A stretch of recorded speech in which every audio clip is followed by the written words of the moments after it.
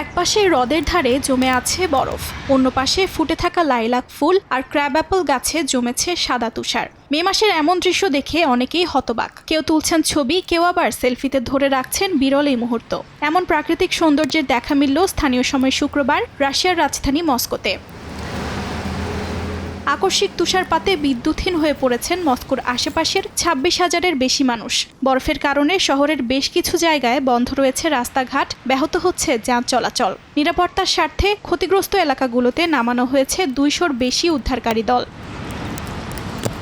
রাশিয়ার আবহাওয়া অফিস জানিয়েছে, মাত্র এক রাতেই মে মাসের স্বাভাবিক বৃষ্টিপাতের 20% বরফ পড়েছে মস্কোতে। এমন ঘটনায় অবাক শুধু স্থানীয়রা নয়, ভাবিয়ে তুলেছে প্রশাসনকেও। অর্জিতা শেহজিন, সময় সংবাদ।